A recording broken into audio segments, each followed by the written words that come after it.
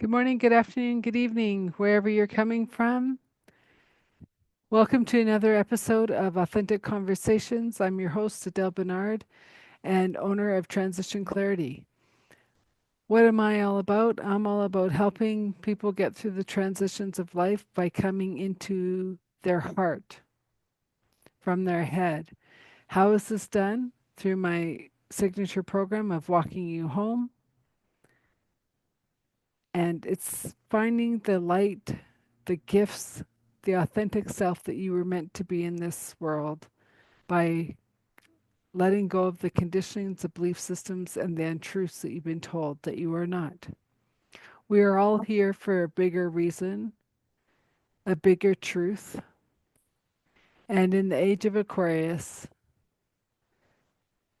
I am glad to be one of the way showers to this new world. I'd be honored to work with you.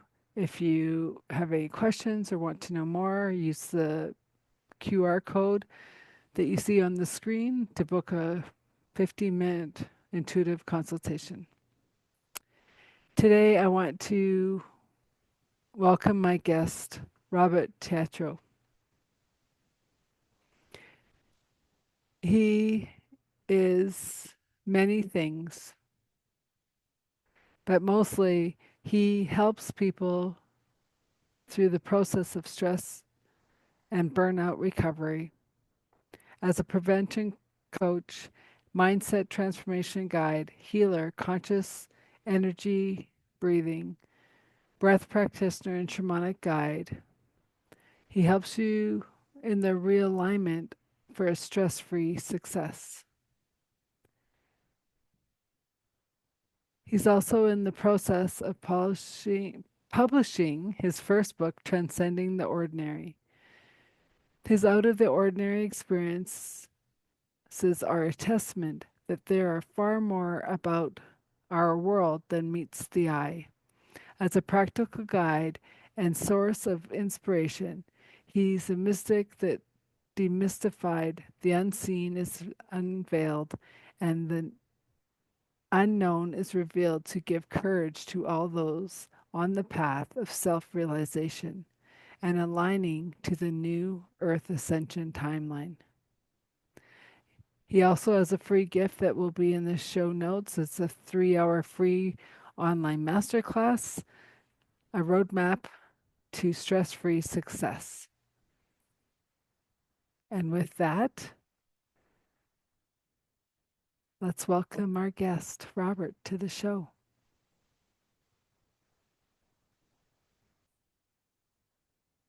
And here we go. Welcome to the show, Robert. Hi, hi Adele. So, I want to go into your little journey of how you became this person who helps people through the stress, the burnout, um, using the tools of the shamanism. Yeah, give me a little background. Let's let the audience hear who you are and how you became you. Yeah, I'm Robert. I'm Dutch Indonesian. I'm a world traveler. I consider myself a world citizen. And as a child, first of all, as a child, I really didn't feel I belonged, Mhm. which is interesting because not belonging actually gave me a huge advantage, which I wasn't aware of. Obviously, uh, I always felt alone, not understood, alienated. I just didn't feel at home here. Only a lot later in my life I understood what an advantage I had because what was I doing as of an early age? I was continuously just observing, right? I always felt that I was looking from the outside in, uh, or from the inside, looking Mhm. at the world outside of myself. Mhm. So I learned to observe, and just through observing,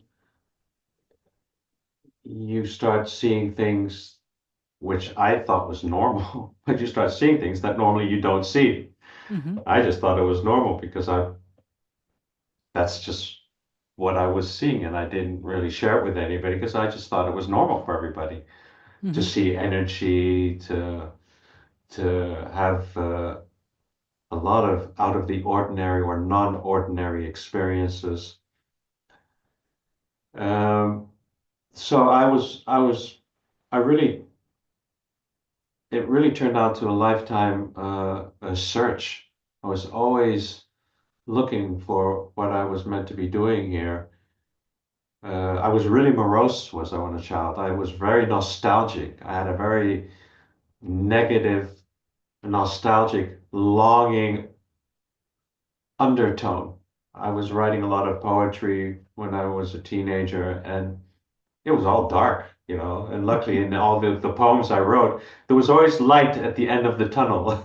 Mm-hmm. You know, it was interesting. When I reread those poems, I just had to laugh so much, just realizing from what space I actually came. But there Mm-hmm. was one really interesting thing. Uh, During my childhood, I always had uh, older people come up to me and go, "You have a very special gift." "Oh," said another man, "you know how to hypnotize." Oh, yeah, it was just unbelievable. At the age of around 14, I started hypnotizing people. You know, we'd go on a school trip and everybody would, you know, sneak out of the rooms at night and they all join me in my room. And then I'd end up, you know, hypnotizing kids and, you know, during hypnosis, ask them all kinds of questions and ask them to do things. And it was just really quite strange, I would say, you know, quite strange. But I did. And then I dropped that because it wasn't really, you know, I thought it was just a game, really. But so I had people like pushing me in that direction, but I had no clue what they were talking about. I am highly sensitive. I'm clairsentient, and I didn't know I was, except that I always felt everything, but I didn't know that there was a name to that, that I Mm-hmm. was clairsentient, and that because of my huge empathetic, I would say, uh, I don't know. I can't call it a gift. Now I can, Mm-hmm. but the enormous empathy I had of feeling into people, again, for me was really normal. There was only one problem with that. That created an even larger uh, alienation Mm-hmm. because now I really felt that nobody understood me. Even more so, because if I would say, "Oh no, I know what you're going through," you know, I remember saying to a woman, I can feel your period," Mm-hmm. and of course they'd laugh at me. You know, how are you supposed to know what I'm feeling when I'm having my period? But I would feel the cramps in my body. Mm-hmm. You know, when my wife was pregnant of our child, in the middle of the night, I started getting cramps. So I wake her up and said, "The baby's coming." Can you believe it? It's unbelievable. Yeah. So I was always out there trying to figure out what to do and where to go. And it took me a real long time to figure that out. I didn't know what to do, so I just kept doing something.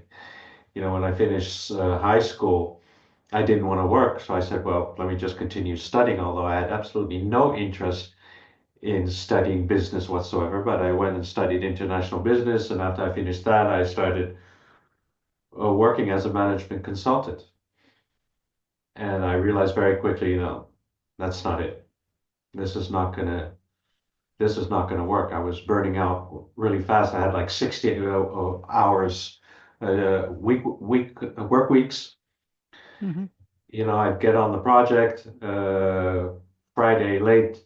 You know, you take a plane back home, or if you were driving, take the car. You had Saturday to wash your clothes, rest a bit, and Sunday you'd have to drive all the way back. So I didn't even have a private life, no social life, and accumulating money on my bank was just not very appealing to me. Mm-hmm. So, so that's how really my search seriously started when I realized, okay. now I need to do something. I really need to find something that's going to work for me because I've been putting it off by just doing anything and following a Hmm. study that actually never really interested me. So that's basically how it started. Well, and I get the journey. I'm right with you, but I have all the clairs. So I could feel, I could hear, I could sense, I could, um, you know, like just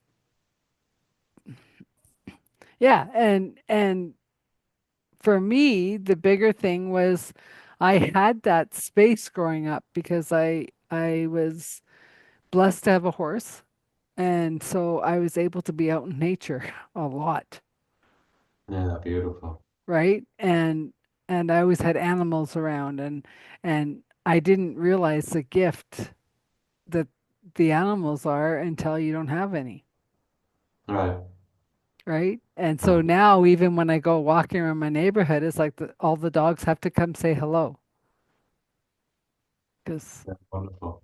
they're just, they get the energy. And I understand like how when you're saying about the poetry and it's like as you look back at it, it's like, ooh, that's kind of dark, but you found the light. And that's where I've heard a lot of songwriters say, oh no, if I didn't have a terrible life, I wouldn't be a songwriter. No, that's I'd have nothing to absolutely, write about. yeah, absolutely true. And so I want to say to all the younger generations and even the like our generation who's saying, how did you find your way? How did you allow it to flow through? Right? And we talked earlier about how we both were in the tourism industry in our own shamanic way of guiding people to a different light, the light within them, because we've done the hard work. We knew, coming from like people don't understand, we're loners, but we're not. We were here for our own light to shine the way, Correct. right? Yeah, And now with the world waking up, it's like so many people who've done those jobs for 20 years are going, there's got to be more. There's got to be more than just money in the bank account. correct. Correct. And yet at the same time,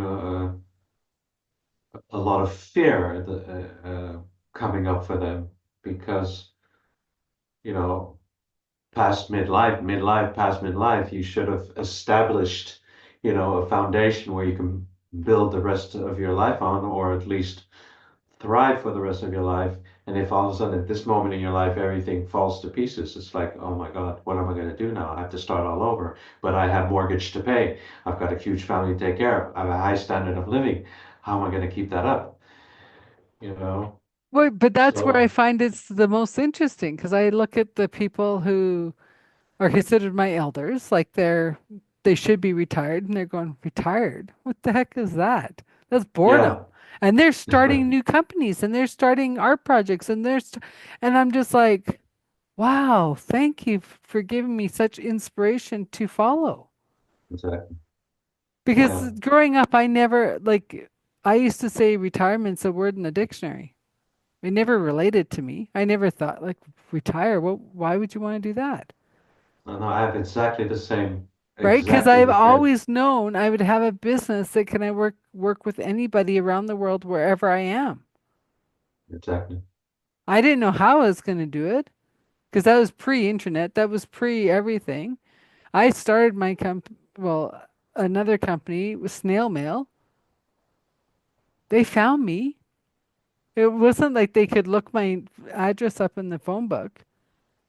I had a box number. Right. They found me. Sometimes I figured out the 6 degrees of separation, and sometimes I'm like, who cares? Do the work, cash the check, and go, thank you very much. You know? And um, so are you working with clients based on the burnout and this, like their stress levels because you've been there? You understand their journey, you have better insight for it? Well, it's really interesting because,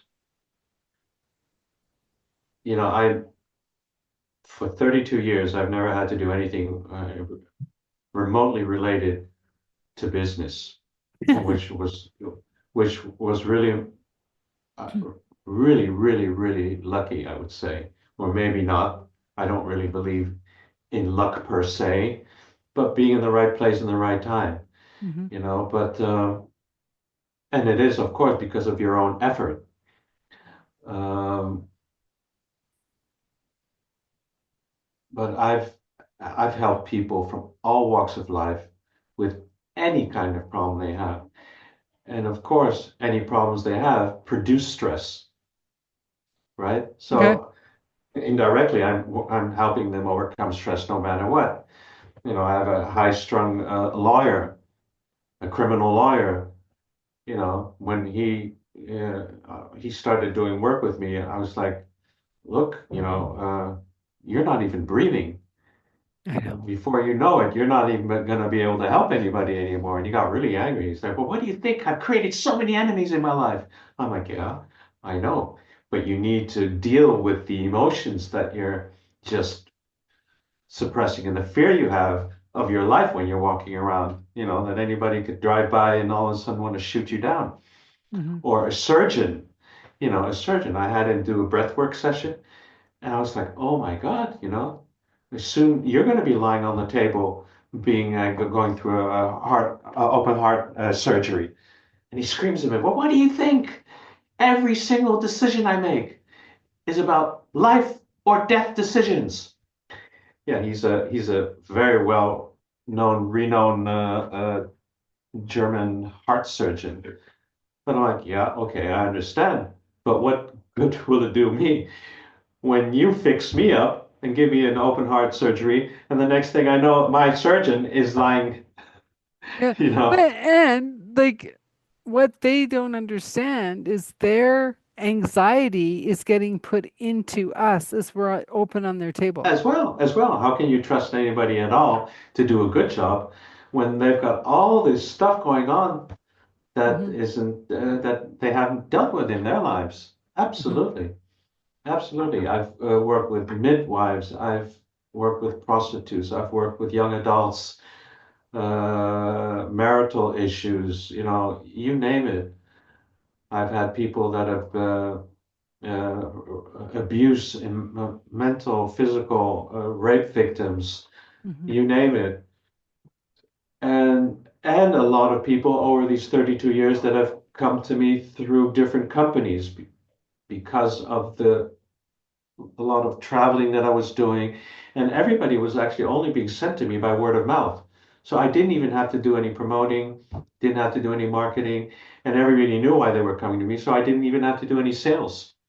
That was wonderful. And now you go into the business world and everybody's talking about, well, you need to niche it down. You have to niche it down. You have to niche it down. You have to be very specific what pain point you have to help them with. And I'm having difficulty doing that I don't like that at because all. no, well, we resonate on I that level. well, but like you, I'm like whoever's ready to work with me, they find me. I don't know how they find me. Like, how did I get letters out of the blue from people from all around the world? Yeah, correct. Yeah, I yeah, don't know. It's yeah, not in my hands, it's in God's hands. mm, yeah, And yeah. yeah, like in this whole niche it down to what? Yes, We well, help so that, people. yeah, Like yeah, yeah. we But I have, I went along with it because I really don't mind of doing that to see, to again experience something different. Mhm. I've been doing this for 32 years, and I'm also very much convinced that if I'm continuing from A to B and from B to A for the rest of my life, there won't be any personal growth there. Everything is familiar. It's familiar territory. So I'm always in the lookout of changing. And there was one thing I was really way too slow in doing because I've been giving a vocational training in breathwork for more than 30 years. And I'm schlepping these people like for 2, 3 years trying to get them through the program. They're not half as committed as a businessman who says, look, I want quick results. and I want you to guarantee me these results, which I can. And I sort of like that energy, you know? They you can hold them accountable. They're going to do the work. They want immediate results. And I love that because Well, even with, but it's also, this is what I'm getting from my guides. There's no more reaching back and pulling people along. say that again? There's there's no more about like I used to reach back and say, well, I can help you and I'll pull you along and it's like they're not ready All to right. change. Yeah, No, right. where the Yeah. business person or whoever, like the person who shows up that says, okay, I know something's going wrong. I want to live longer than the next 3 months. I want change in my life, right? I want to acquire these um, outcomes. And it's not even about wanting, it's the desire to have more in your life. They're saying, knock, knock, I'm here to work. And you go, welcome, Yeah. right? No knock, knock, no welcome. Yeah. And Yeah. so, But I have a but lot. that's the thing, right? So you're talking about these people in your breathwork class that are just like, I'll show up. I don't know. Maybe I'll do it. And you go, close the door. Love you to leave you. When you're ready, you'll show back up. Yeah. Yeah. Because you can't make anyone change what they're not willing to look at. Correct. But the point is, so I'm not going to do that. I'm not going to wait anymore because it's like I'm leaving a door open where still part of my energy is stuck. It's like I need to round things off. It's like either you do this or we don't. And if not, I'm going to shut that door. That's Yeah, it. Because I don't want to have that weight on my shoulder. I need to be completely free to move in that free space to create the people that I really love working with, right? Because as long as I exactly. don't close that door, I won't attract these people that I do Because you want to won't have work the with. energy to. Exactly. Exactly. Well, even with my assistants team, I had about 10 to 12 assistants that were always there on the live events for the retreats that I was creating. But even the assistants, you know, and leading up to the training, we're always meeting, we're always processing. Where are you? What is it that you need? Ask us, so we can all support each other. Because if we're not willing to do the work, well, we're not going to create a safety net for those people we want to attract to do their work, Hmm. right? And I'd have assistants like for years, every single time with the same problem. And I'm like, look, obviously you haven't done the work. Well, says one of the guys, well, if I fix that problem, I'll just create another one. It's like, you know what? After like 10 years, I finally said, you know what? Don't assist anymore. You know? But I was really, I was really a slow learner in that sense, to really say, no, this is not working for me. I really needed to step up and own that part uh, that wanted to make a higher and bigger impact, Yeah. you know, Well, and because at the end of the day, you know, that's my only measure. Can I say, oh, I had a great day, you know, I know, did a great job. but it's also when you're working with that CEO or you're working with that mom or whatever, whoever they are, and you're saying, why are you carrying the dead weight? They're like, Yeah, what? correct. Why are you Yeah, keeping so and so in your life? Well, she's my friend. Or, well, when he's connected, he's a good worker. But are you constantly watching that he's doing the work? right. Yeah, Where's it pulling you out of where you could be thriving? And that, I mean, that's a lesson for all of us, right? Because I'm a huge giver. I'll give to it was to my detriment. And now it's like I got nothing else to give. right. I'll do shared reciprocity, but I'm not just giving because like you're coming to me whining. Yeah, It's correct. like show up, we'll do the work. If not, carry on. Get in touch with me when you're ready, right? And and yeah, I mean this journey is really fascinating in so many ways, and yet it's when I for me in my life, when I come up against that hurdle, I'm like, what's the pain that I'm not ready to let go of? And the monkey mind goes, you're not doing that, do it. And it's like, whoa, get into the heart. What's the pain you're not ready to let go of? And things will shift, and things are happening so much faster now that we're in 2025, and it's only going to get faster. So, Look, I was forced to let go of everything. And I consider myself a success, to be truly honest. Uh, I can't say I've always been financially successful. That's where I really lacked because if I kept on dragging people behind me and trying to accommodate them because, well, they thought it was too expensive, again, it wasn't my right client. It's that simple. But the interesting thing is, I just in July, I finished writing my book, Transcending the Ordinary, mhm. and the subtitle is The Roadmap or the Guide. I don't know if it's a roadmap or guide yet to ultimate freedom, happiness, and success. So it's very pretentious for me to write, look, if you follow these steps in this book, then you will obtain ultimate freedom, happiness, and success. So then Spirit said, all right, chop. My whole business completely collapsed. Nobody called anymore. I seriously only had like $47 in my bank account and 27 in my private account, And I was like, all right, okay. If I'm pretentious enough to say that, well, now you're going to have to prove it again to yourself, right? Well, It's just, but it's also, um,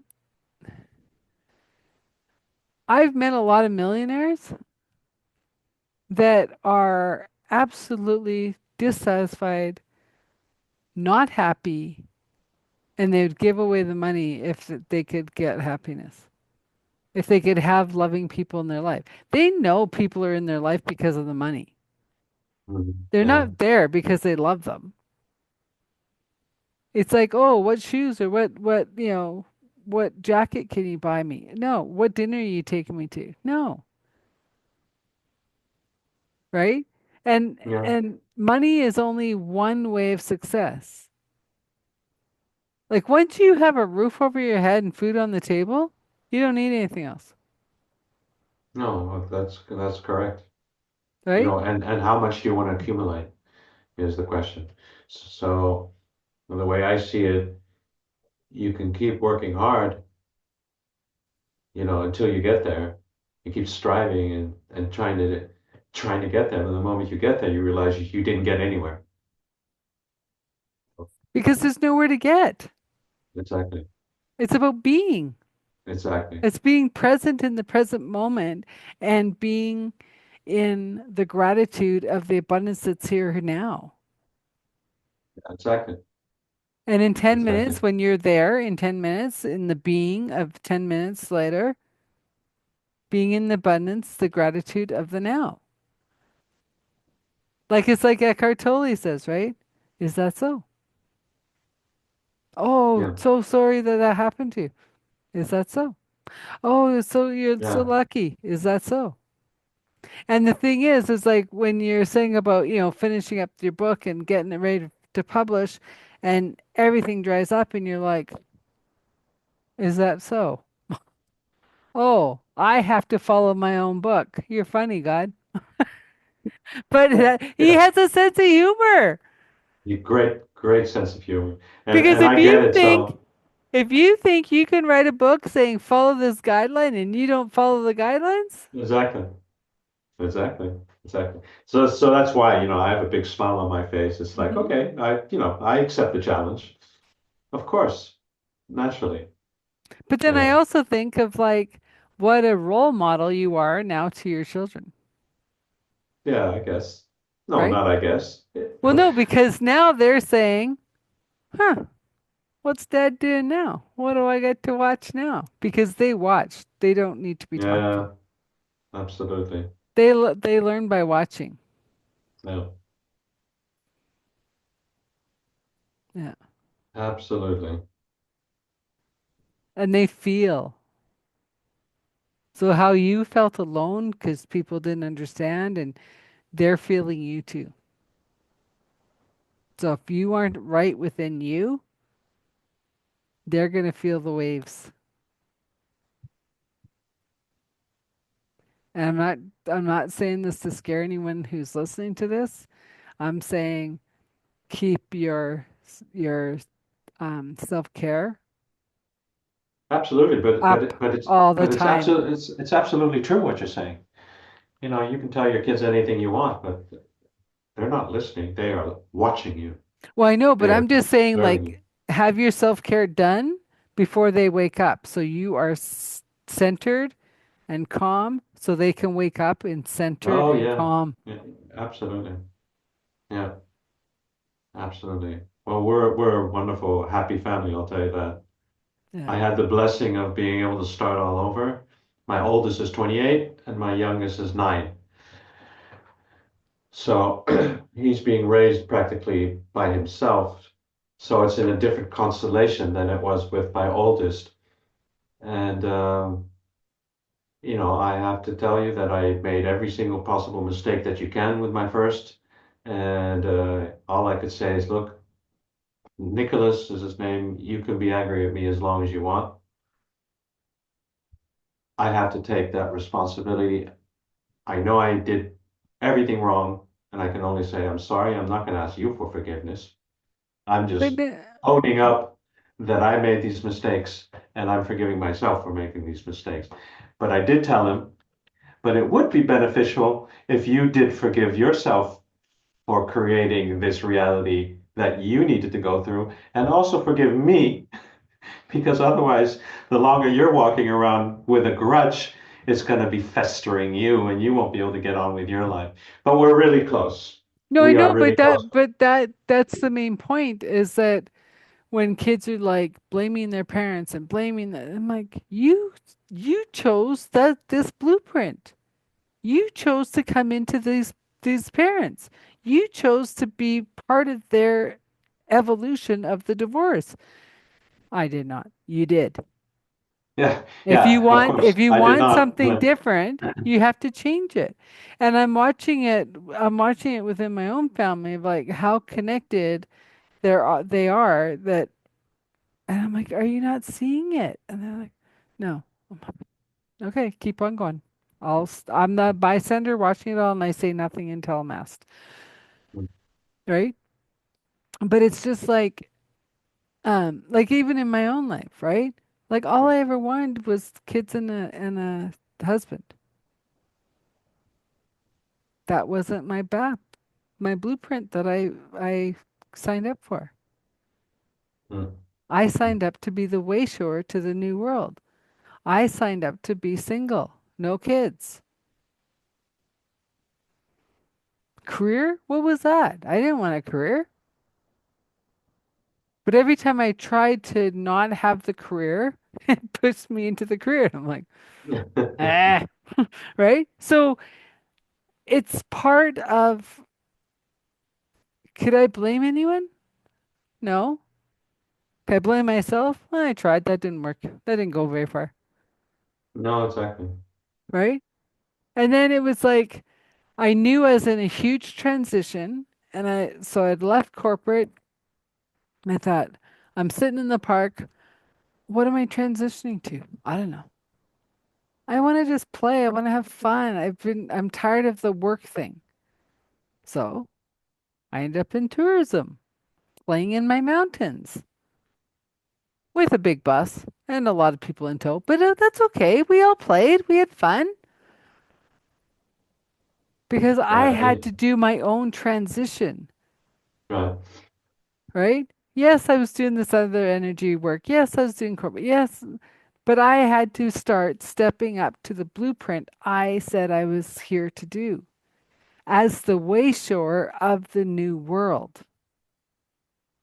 The new world is here. It's like it's like you don't think your little droplet makes a difference in the ocean, But the ocean gives us that droplet of wholeness in every one of us.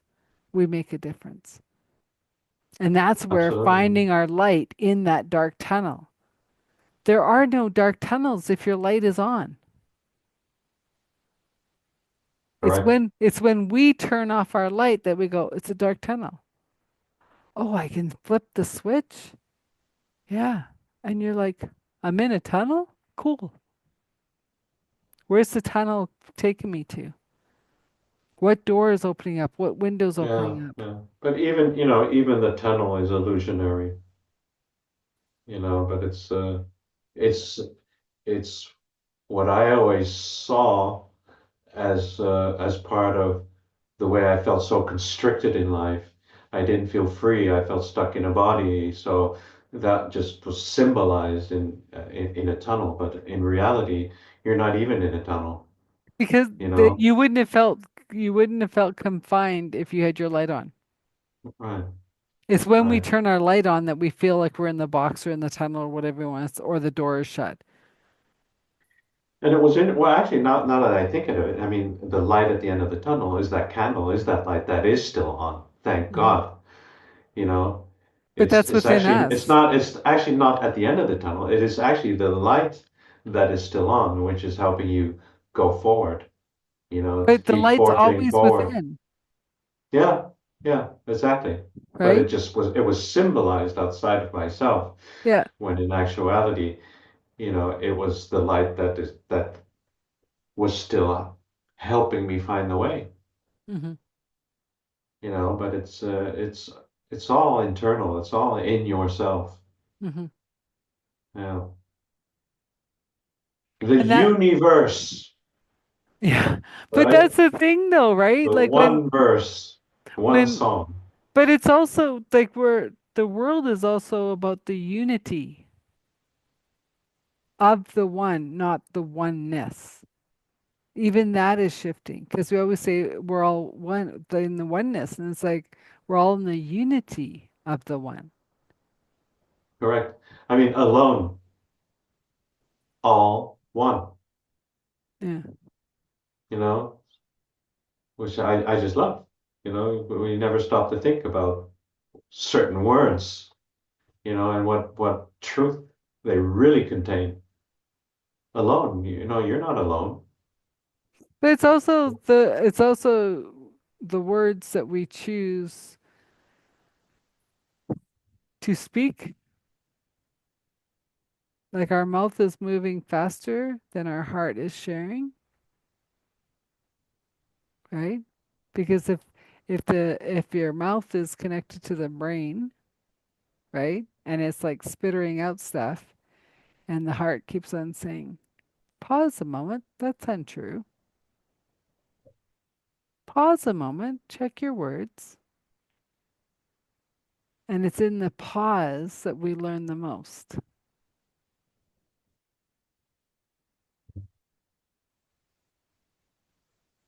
Yeah. Yeah, so part of the work is helping people create that gap between their thoughts, Hmm. And because that's it's why the breath is so important. exactly, yeah, Because most people breathe from their collarbone up and they wonder why they're short of breath. And it's like, because you're not breathing. yeah. There's a reason we have full lungs. They're supposed to expand, right? Well, what makes it impossible for us to breathe, because it isn't a lack of oxygen. It's not that you're short of breath. It's because you've stuffed so much unconscious garbage in your Mhm. body that you're trying to suppress the moment your body's trying to liberate you from the junk. It's like the bucket's full Mhm. and the valve of the pressure cooker is shut, and yet the body is like, so it's usually in moments where you're either in deep relaxation or so burned out that you end up in a surrender mode, that all of a sudden you lose grip, the mind loses grip of the body, and the body all of a sudden just pushes all that garbage up. And what do we do? Right? It's like we Mhm. slam on the brake and Mhm. we can get into a full-fledged body cramp, tetany, the full body tetany, depending on how long we've repressed all that stuff and never dealt with it. The more full it is, the more heavy it can hit you. I mean, I've had people in the gym, like literally pass out, and they'd be lying there, All full cramped up. body cramp. Yeah, and everybody's like, call the ambulance. And I'm like, no, no, no, don't worry, I know what's going on. And I'm standing over him. I'm going, can I help you? I want his permission. And he's like, yeah, yeah, please, please help me. I'm like, okay, but I want 1 hour of your time. I want that 1 hour because I know a breath cycles around 40 to minutes to 1 hour. I want to bring him through the whole cycle, full release. But, then I just say, okay, I'm going to count to three and you do exactly what I do. Follow me. We're going to breathe through the mouth. Okay, 1, 2, 3, and take a deep breath. Keep it open, right? We're opening the valve. That's all we're doing. And it's like the dam breaks and they're like crying and weeping and weeping. And the tendency is to, Yeah.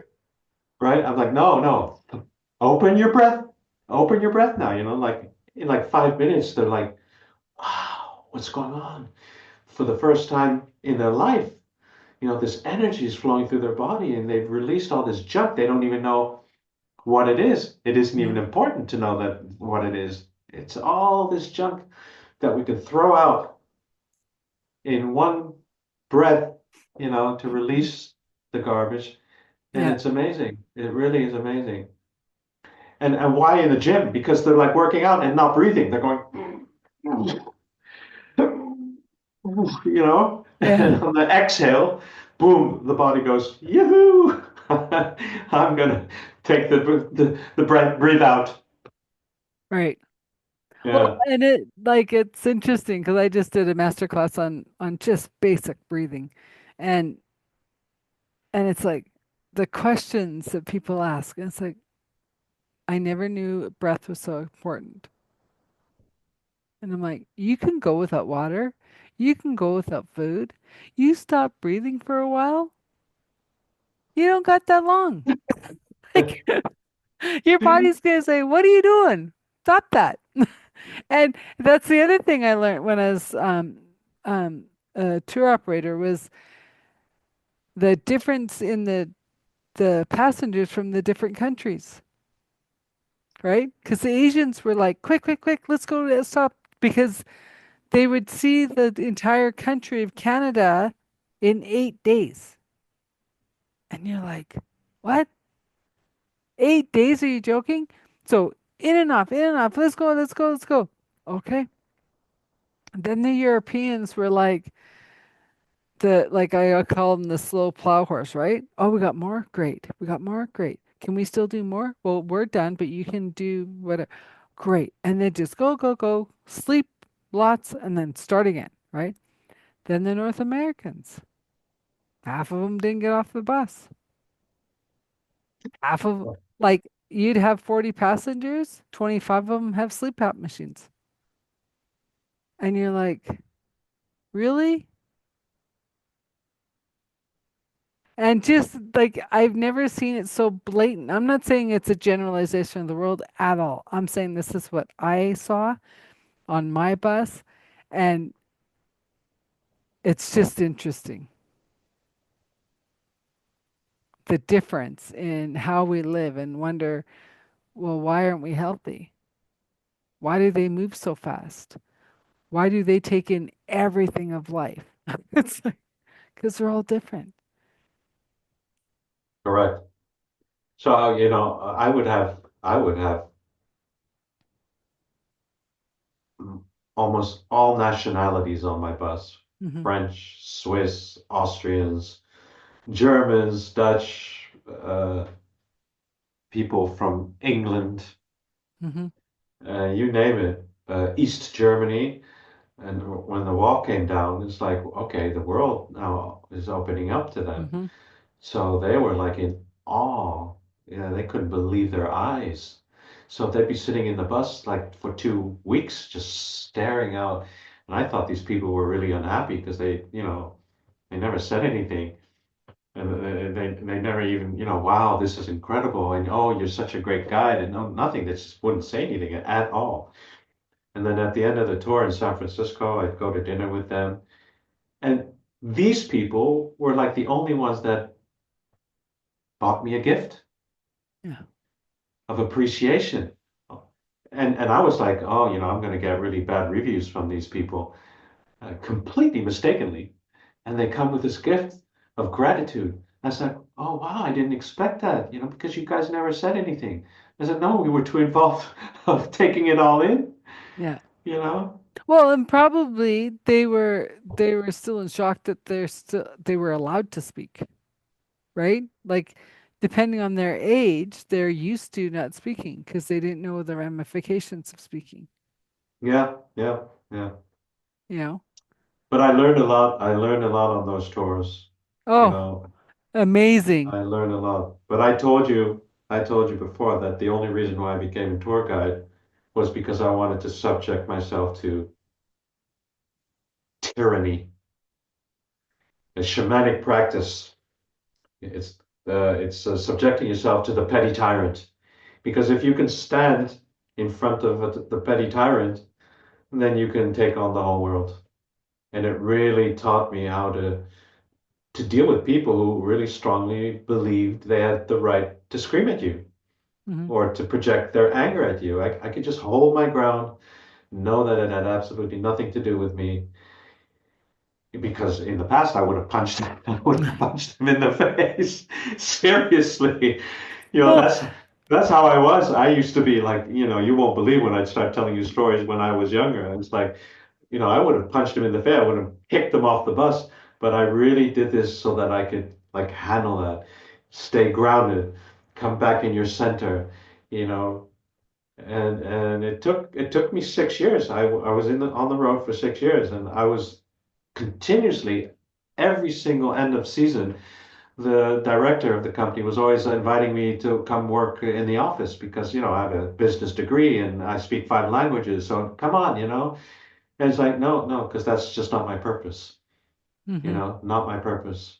So I Well, wanted to be and on the it's road. interesting you said that, like that you went for tyranny, and I was like, huh, wonder what I went for. Because I was told, oh, you can't drink while you're driving. Don't be caught eating because, but, and I'm like, well, I don't drive without doing those. So I guess I won't last long at this job.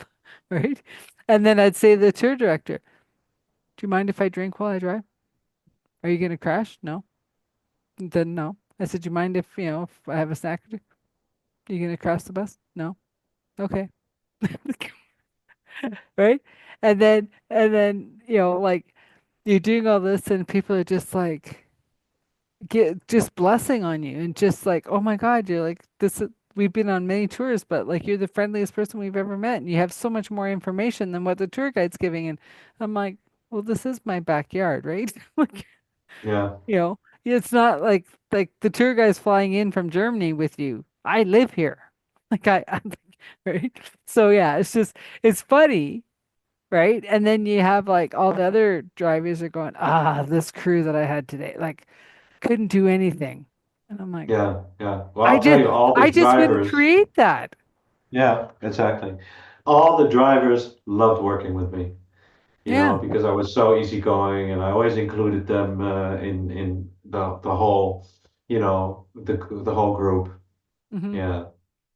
Yeah. Yeah. Well, and that's the thing though, right? Like, um, to have the best experience for the passengers, we're all part of the team, That's right. you know? Yeah. And even like the few English speaking, because I had a lot of Asian or German, I don't know what. The one tour of Germans that I was answering them in German, but I just still don't believe them. Like whatever. Um, so when I got the English ones, and they'd say like, share whatever you have, and I'm like, and at first I was like shy, right? Because I'm just starting this job. I don't know. And then by the second or third tour, I'm like, say this, say this, right? Um, yeah. So But the things you experience with the passengers. Mm-hmm. is just really unbelievable. I could just write a book on that alone. Mm-hmm. You know, things really nasty stuff. Only write the good stuff, or else tourism will No, fall no, no, but apart. no, no, because the nasty stuff are the lessons learned. No, Ah, yeah, yeah.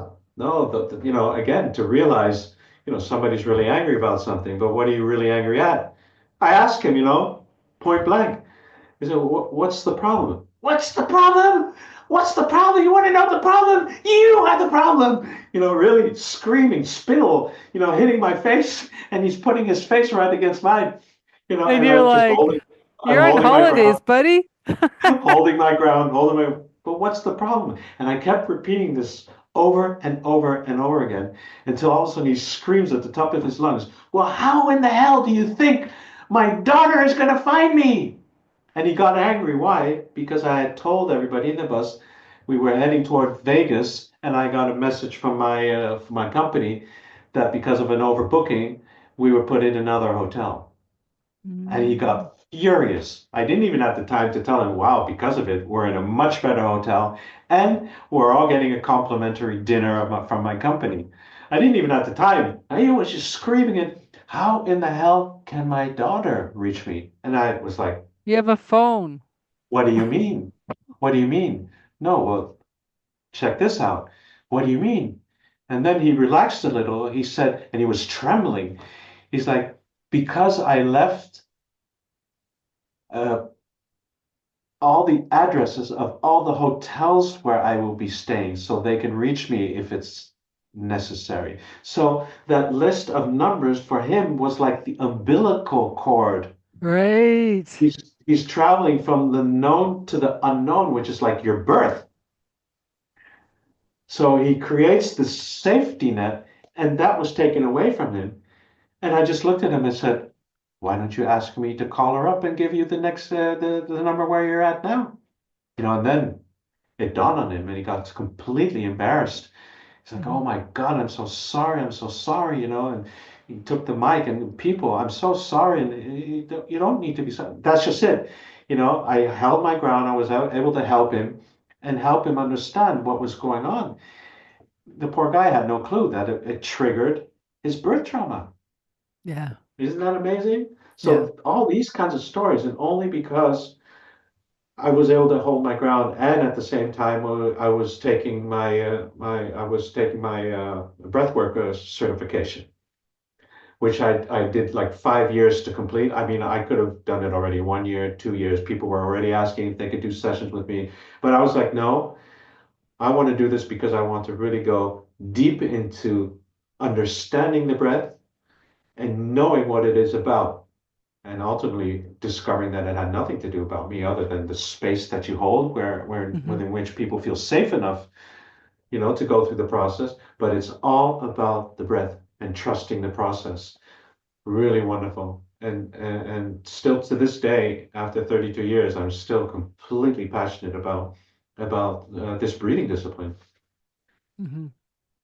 Well, and that's the thing too, is that um just even the doing a deep belly breath without a practice, just if something starts going awry, like you can't get into a website, something's not working on your Canva, just breathe. Because in that moment, in that second or two, you've shallowed your breath because it's become like, why isn't this working? What's going on? Just stop. Take 3 breaths, 4 breaths. Correct, but they don't have the conscious awareness No, I'm just because saying now, whoever's listening, yeah, oh yeah, just stop. yeah, Take the yeah. deep breaths, right? Come back to the present. Because when things aren't working, like, and I said this morning, right? Things weren't working. What am I supposed to be doing instead? Well, Ah. definitely not what you thought you were supposed to be Well, doing. I know, but I Yeah, like, I was supposed to do self care. It just wasn't self care where I thought it was. It was doing right, different right, activity. And I'm glad I did because the recording of this podcast is going a lot smoother because I took the self care I needed to do rather than what would I thought was right, happening. right. Yeah. And I wouldn't Yeah. have come to that conclusion if I had stayed in that shallow breath of why isn't this working? What's going on? Blah, blah, blah, blah, blah. Add the dots. I just refocused. What am I supposed to be doing at this moment in time? What is going to help my highest good for the rest of the day? Boom. And then your breath becomes a regulator. You know, just Hmm. like the regulator of a, Hmm. you know, when you're Like the plane, doing put the scuba. mask on first before Yeah, you try to help anyone else, yeah. right? And I mean, like, we can say that saying over and over, but there are many, many people that'll never see the inside of a plane and will not get that. But I have to help my child, not dead. Get yourself centered, calm first, then help your child. We're not saying it takes 10 minutes, we're taking 30 seconds. Center, get your breath well, then go to your children. Yeah, And but while you you're, know, and like we said before, while you're regulating, guess what? They're going to just start regulating, yeah, correct, correct. right? Yeah, but it's all, you know, again, it's all unconscious. Hmm.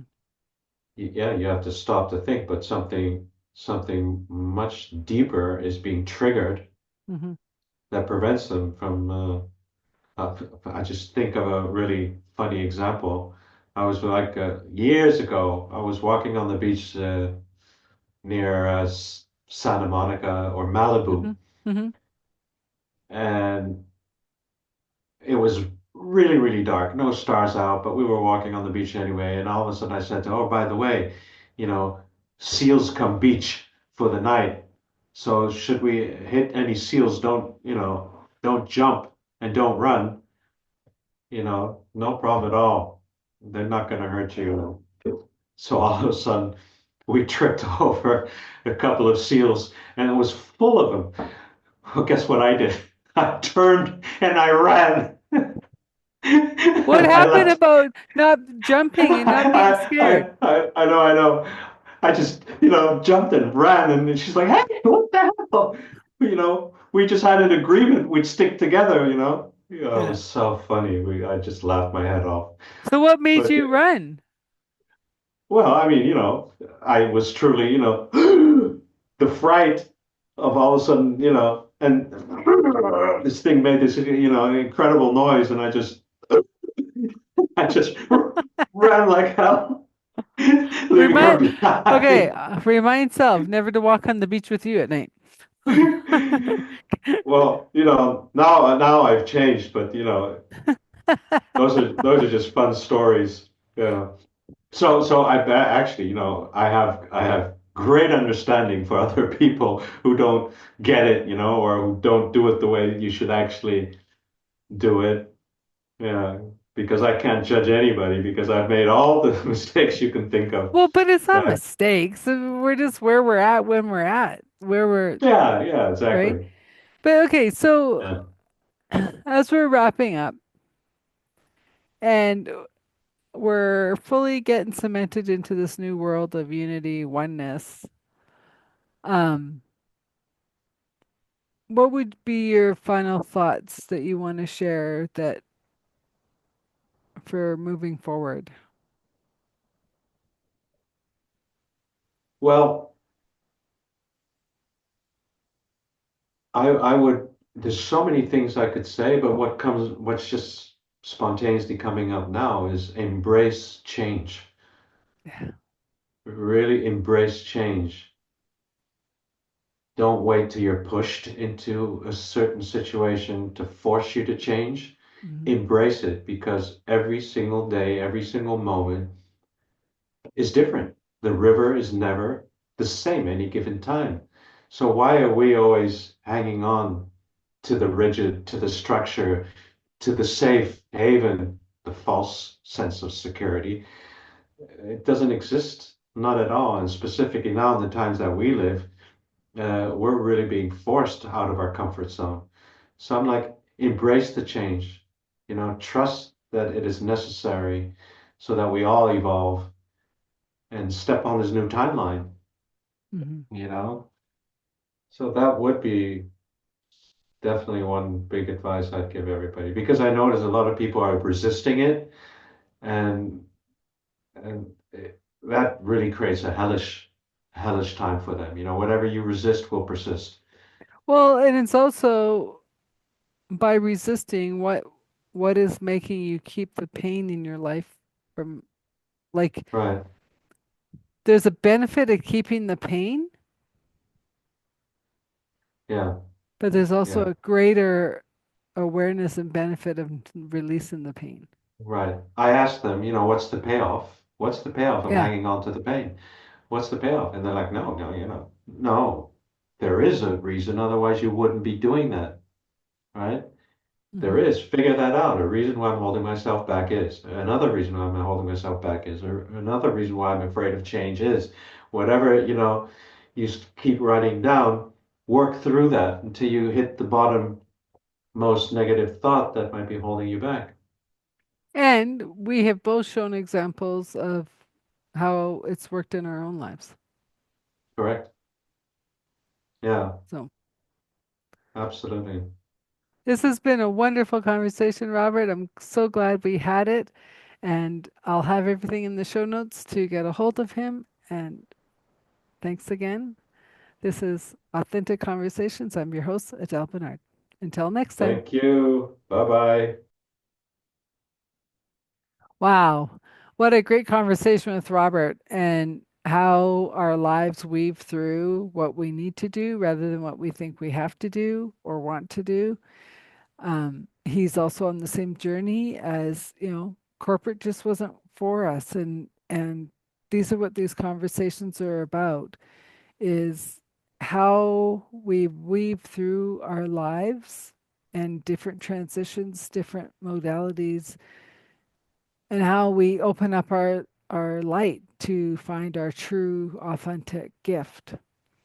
And I'm just happy to keep doing these, and hopefully you guys are enjoying them too. And check out the show notes to be able to get a hold of Robert or myself. And we'll see you next time. Thanks for tuning in to Authentic Conversations.